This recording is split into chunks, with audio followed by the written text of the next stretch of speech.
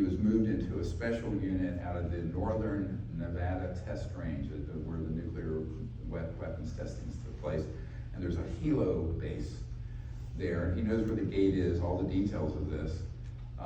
And this was recent. This was in 2005. And there was this is one of ours. You can see the rivets and the seams.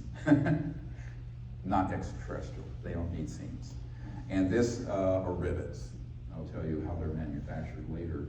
But this was the schematic of what he retrieved. This is a man-made, probably it's either a Raytheon or Northrop triangular anti-gravity craft. Now, he didn't know which corporation built this one, but we have witnesses here you'll hear from today who one of them was a Raytheon contact who saw those next.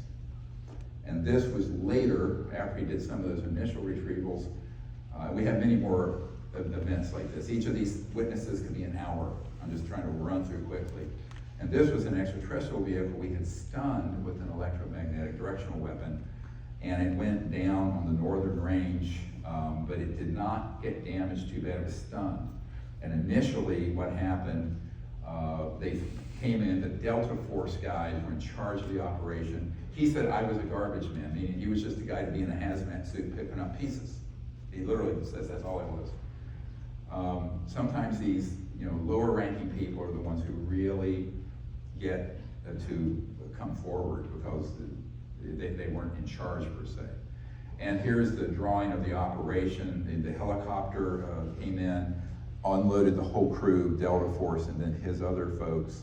He knows the names of his colleagues, but most of them were cover names. There was a alien reproduction vehicle in the air above it.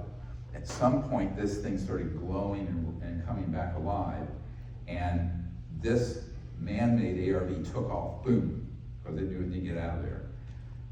As did the chopper in the air. All personnel on the ground, just like the Russian general talking about the nuclear weapon overheating, they just basically became frozen. Not hurt at all. An ET, two ETs actually came up to him. So we can, yes, we'll stay right there. And then what happened is, when it started doing this, shortly thereafter, after he had a little bit of communication with these two ETs, they were teleported instantly. The helicopters, the men, everything back to the helicopter base. Just like that.